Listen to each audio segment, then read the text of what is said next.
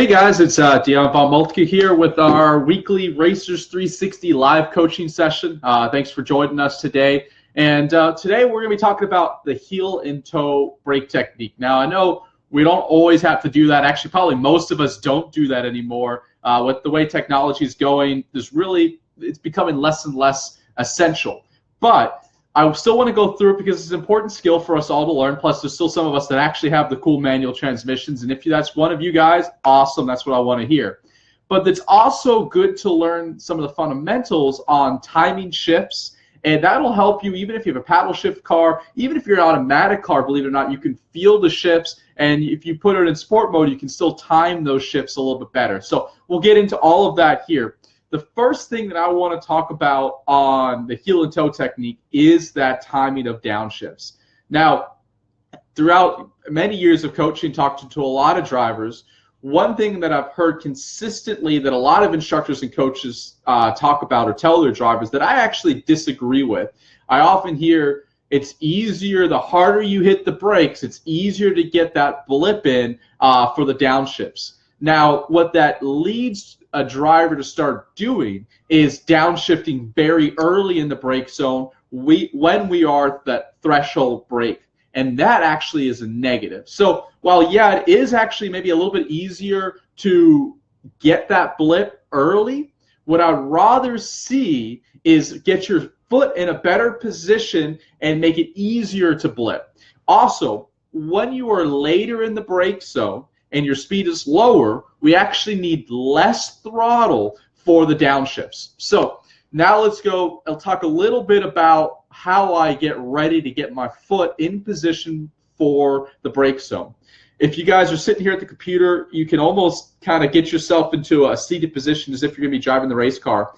And the one thing I focus on coming into brake zones is pivoting my right knee in towards the steering column. And what you do, if you're looking here, I'm looking down on my knee, and I pivot my right knee in, you'll see that your foot actually pivots, or I guess on the video it's the opposite way, to be able to be in a perfect position to really blip that throttle. Now, there's two techniques. One is to blip the throttle using your heel. One is to have it more, if this is your brake pedal, is to have your foot off to the side and roll over like that. I really don't like to teach the rollover technique because when people have had problems with their foot slipping off the brake pedal, which is the number one concern you have, and the number one thing we need to avoid is when they've done that rollover technique.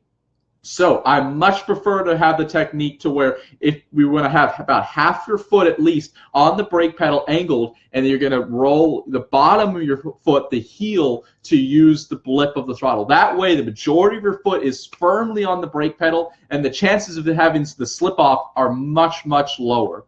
And if you save that blip of the throttle, the need to blip in the downshift till later in the corner, you actually need less of a blip as you engage into gear, because the speeds are now coming down. The synchros need less throttle to kind of match the gearing. So as we're coming into a brake zone, you're going to threshold brake. That's going to be the first thing we do. You've pivoted the knee so your foot's in the right spot. The majority of the foot is on that brake pedal. And now as we're starting to transition off the brakes and starting to trail off the brakes a little bit, that's when we're going to start doing our downshifts. And you've got plenty of time. A lot of drivers feel like they need to rush everything to get things done. And in a brake zone, you've got plenty of time. And when people start to rush things, it's mostly because their eyes are low. They're looking right off the hood of their cars, so the speed feels really fast. If you feel like you're one of those guys that do that, we need to pick your vision up. And another subject that we've talked about in the brake zones, or a lot of people ask me about, is skipping gears. Let's say we're coming into hairpin, we're coming in 6th gear, we need to get to 2nd gear. So a lot of people will go 6th to 4th, 4th to 2nd.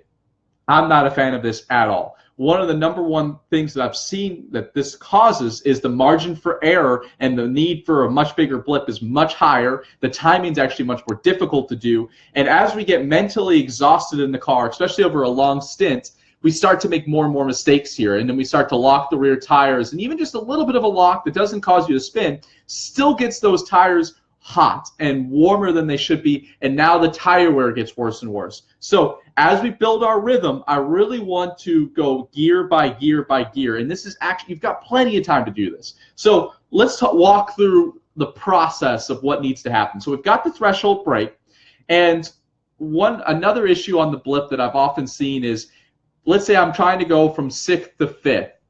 Now, I see people, they hit the brakes, they engage the clutch, and they start to blip the throttle as they take the car out of 6th gear and go directly into 5th. Now, this causes a few different issues. One, by the time, it all happens pretty quick, but still, by the time that you've blipped the throttle and now gone to the 5th gear and started to disengage the clutch, the RPMs that you've had are already much lower. And that means you really need to blip the throttle a lot longer and harder, and it's harder to get the timing right. What I would rather see is hit the brakes, engage the clutch, take from 6th, and as you're out of 6th gear and you're in that neutral or heading to 5th gear, that's when I want to see the blip of the throttle. That way, the time that it takes for you to get into the gear and start releasing the throttle is a lot shorter, so the blip that you need is a lot less. And that's going to help find the rhythm. And then, so if we're going from 6th to 2nd, it's going to be braking, clutch engage, taking out of 6th, blip the throttle, go to 5th. Now, disengage the clutch, re-engage the clutch, go from 5th down to neutral as we're going into 4th gear. Once again, blip the throttle, then you can be in the 4th gear, drop the clutch, and that you can do much quicker and much more consistent and build your rhythm a lot faster than if you were trying to skip gears and all of that type of stuff. So that's been our breakdown here on the heel and toe. If you guys have any questions at all, please feel free to make some comments. And we've talked a lot about how the technique manages. So I want to transition over to the timing of the shifts and how that applies also to paddle shift cars, automatic. And if there's anybody that has any questions, I know we're early here into our career here at Racers 360, so we've got a little bit less viewers. We may not get questions at all, which is not a problem. So the timing of the shifts is very important.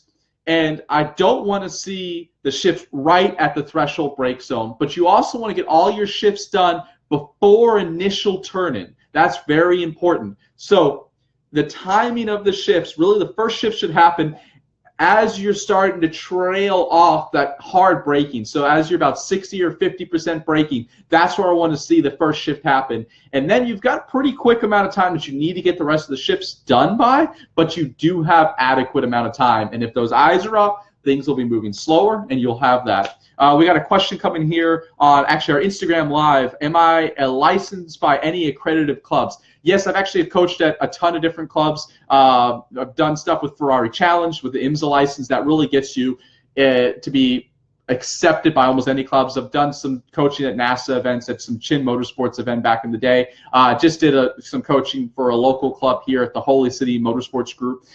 So really, once you become an IMSA driver, a pro-level driver, pretty much every club will give you the license to coach for their clubs. Also, I've done a ton of stuff with Porsche Club, Audi Club, a lot of different stuff. And one of the big pushes we have here at Racers 360 is we want to up the level of coaching on what people get, and that's very important to us as racing. Not only we want to make you sure you're fast on track, we want to make sure you're also safe on track. So getting the right coaching is a critical thing, and hopefully as we share our journeys together, we've got some really cool things coming in the pipeline. We'll be able to share with you guys hopefully in the next few months, and that's an area we're heavily focused on. We're going to bring some technology and make this all a better place for all drivers. So as of right now, awesome. Another question here. Great. Graduated from Skip Barber, then got my SCCA license. Skip Barber was the best. That's where I won as a driver coming up as well. It's kind of a shame what's happened to that, but I hear it's actually coming back. I know if there's any of viewers out there that are, maybe wanting to make a career in the sport or looking for what I think is the best level of coaching at the amateur level, Lucas Oil Racing School is also a fantastic place. It's kind of taking over where Skip Barber was with slightly better cars. So hopefully that's been helpful. Hopefully you guys enjoyed our heel and toe breakdown and found value out of it. If you guys have any questions at all, please reach out on any social media. I invite you guys to come check out our Racers 360 website. We also have a great channel there on YouTube. We would love to have you guys as subscribers and fans. Just appreciate you guys joining us, and we'll see you guys next week for the weekly live coaching session.